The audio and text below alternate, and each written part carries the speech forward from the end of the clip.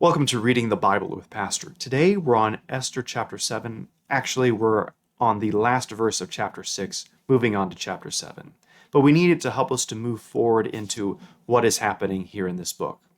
Previously, we had read about how King Ahasuerus could not sleep.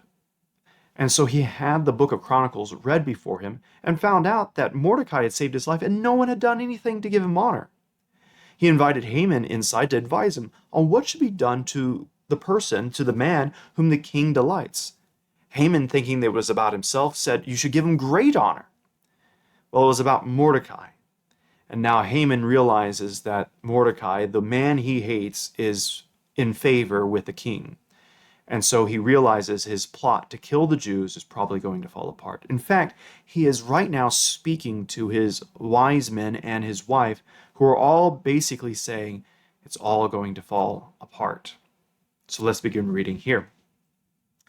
While they were talking with him, the king's eunuchs arrived and hurried to bring Haman to the feast that Esther had prepared. So this is the second feast that Esther had prepared for Haman and the king. Verse 1 of 7. So the king and Haman went into the feast with Queen Esther on the second day as they were drinking wine after the feast. The king again said to Esther, "What is your wish, Queen Esther? It shall be granted to you. And what is your request? Even to the half of my kingdom it shall be fulfilled." Again, this is probably an exaggeration. He's probably not going to give her half the kingdom, but nonetheless, he is asking her, "Whatever do you wish, I will give it to you." Then Queen Esther answered, "If I have found favor in your sight, O king, and if it pleases the king, let my life be granted me for my wish, and my people for my request. For we have been sold, I and my people, to be destroyed, to be killed, and to be annihilated." She's basically quoting that edict. "If we had been sold merely as slaves, men and women, I would have been silent. For our affliction is not to be compared with a loss to the king." Basically, she's saying, if you kill all the Jews, the kingdom will lose out. You will lose out. You will lose the queen in whom you found favor, and you will also lose Mordecai, who saved your life. Then King Ahasuerus said to Queen Esther, "Who is he, and where is he, and who has dared to do this?" And Esther said, "A foe and an enemy, this wicked Haman." Then Haman was terrified before the king and queen.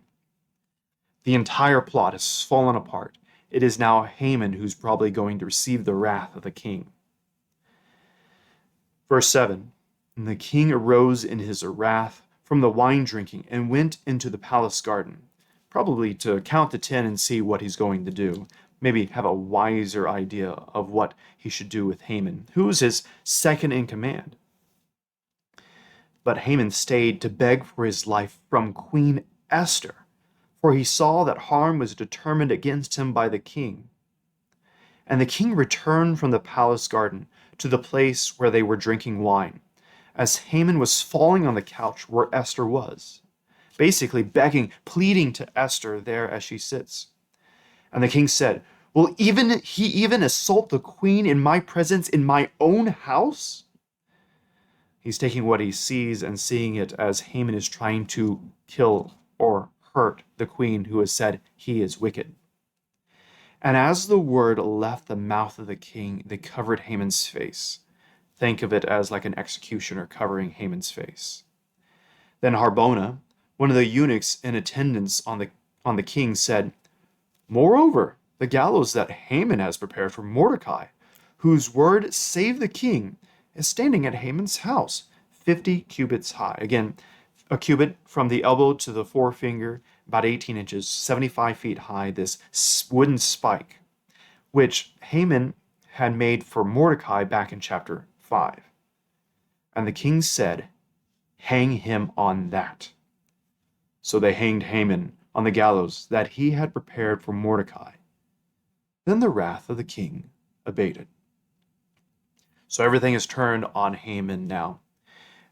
We'll continue next time with chapter 8 as what results out of this as Haman is killed, and there's this edict that the Jews should be destroyed in the 12th month. So we'll pick up next time here with chapter 8.